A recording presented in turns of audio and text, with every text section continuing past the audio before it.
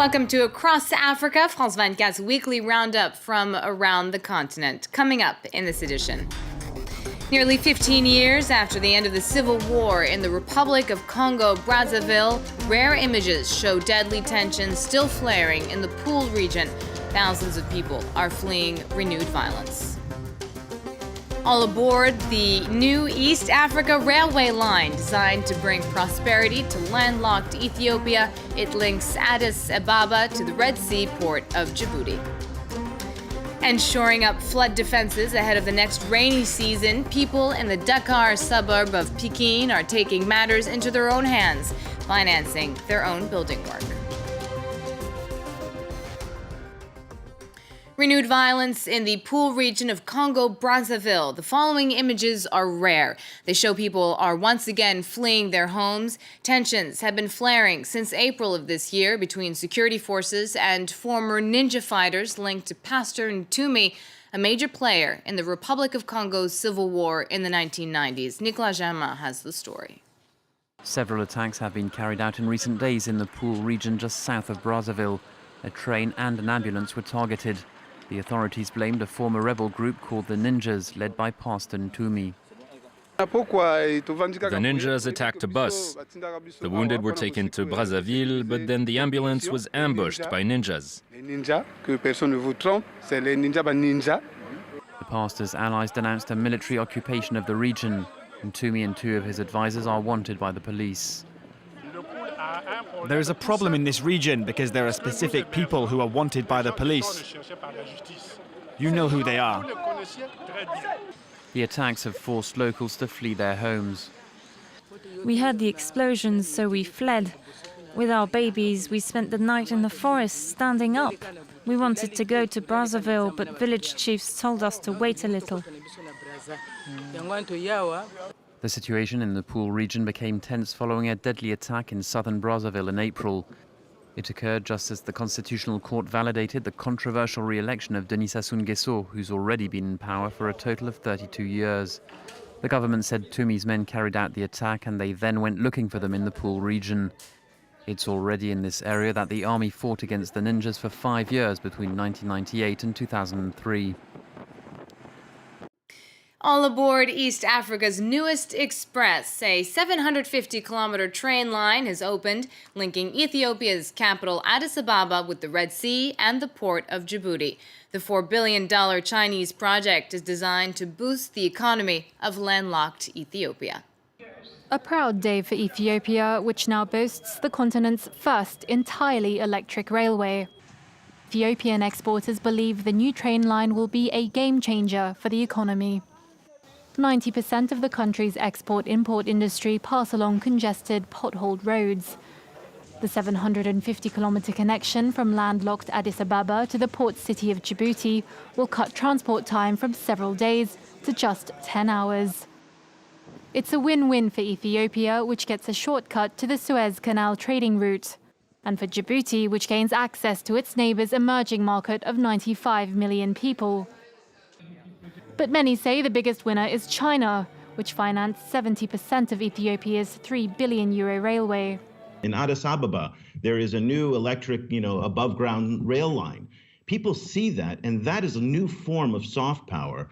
And so when we talk about hearts and minds in places like Africa and throughout the continent, the Pew Global, survey really indicates that these types of projects produce dividends for the Chinese in ways that the West simply isn't engaged in. With more projects on the horizon, Beijing's presence in the region is growing. China plans to complete its first permanent military base in the Horn of Africa by the end of 2017. It's also constructing another intercontinental rail line, which would link 6 East African countries. Every rainy season, West Africa succumbs to flooding, and Dakar, the Senegalese capital, is no exception. Informal settlements and slums in particular suffer the worst during the rains. Now, residents in Jida Charoye Kao in Pikine, in the suburbs of Dakar, have joined forces to finance their own renovations instead of waiting for help from the government. Our correspondents on the ground bring you this report. Supervises the finishing touches being made to her house that was damaged by the rains. Leaks had completely destroyed the floor and roof. Here, when the rain fell, there was a lot of water in the veranda. We had to get buckets to get the water out.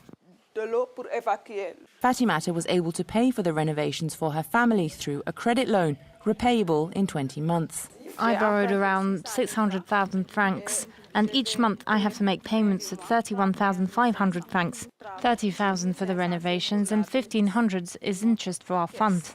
Fatimata is one of 1,500 residents to benefit from a project to restructure the neighbourhood of Djida Tiaroy in Pikine, a suburb of Dakar. In the area that's unsuitable for construction, resourcefulness is needed to evacuate the water. A nightmare in the rainy season. To fight against health hazards, the residents decided to form a savings group and even finance the renovations of their own neighbourhood.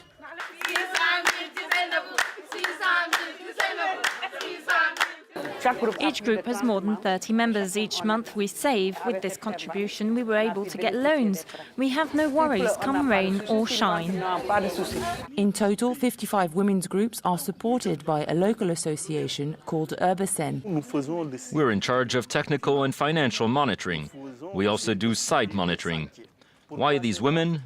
Because these women are excluded from the current financial system, and today these women are paying their debts back. The project has already helped to renovate around 100 houses. 300 homes in total should be saved from the water by 2017. Zambia is looking to plug its growing energy gap and end electricity shortages by harnessing solar power. Not only are 2 large-scale photovoltaic projects calling for bids with the support of the World Bank, but smaller-scale private business initiatives are being encouraged too. Caroline Dumais and Stephen Karsten's report. In Chongwe district, an hour's drive from Lusaka, Mololika Primary School has more than 1,000 scholars and no municipal water or electricity. None of the villages around are linked to the national grid. Nancy comes regularly here to promote her solar lights. Hello, Mr. Hashlango. Fine, thank you. How are you, Nancy? Fine, thank you. She came to show her latest model. So you also just need to place it in the sun like that, and then you make sure the panel is up there, integrated panel. It's handy. You can use it anywhere where you can move around with it in windy weather. Paraffin was posing a lot of risks. So we used to have accidents of fires in the homes.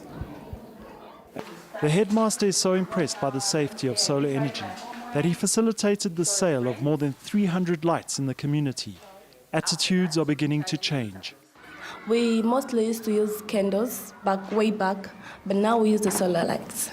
They are cheap, they don't cost you anything.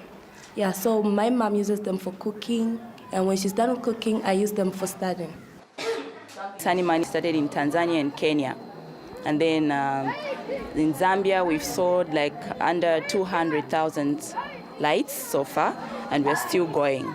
At €5 a lamp, prices are as affordable as possible. Sunny Money is the biggest distributor of solar lights in Africa, thanks to the support of a UK-based charity organisation. We are unique as Sunny Money because we are owned by a charity called Solar Aid. If the business was just for an individual, the prices would have been higher than these.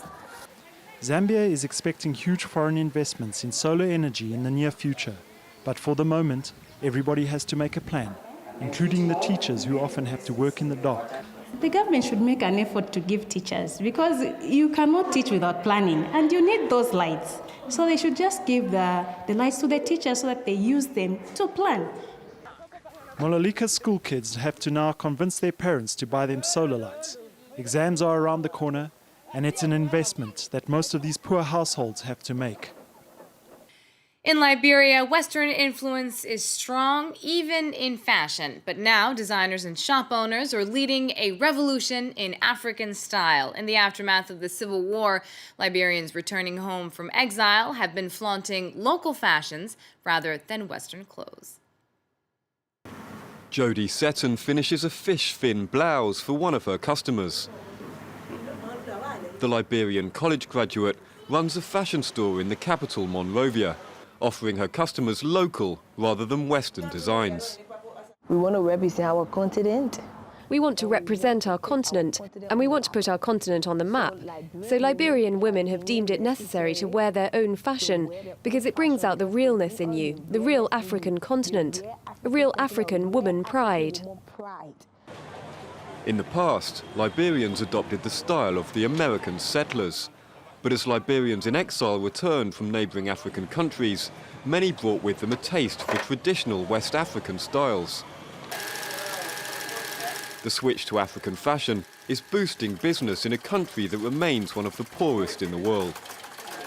Right now I've got 22 people, 15 tailors, then I've got the sales girls. I've got my little brother too, he can sew. I got my little brother too, he can sew. Customers say these local clothes are better suited to the extreme humidity and are cheaper than the European designs. But it also comes down to identity.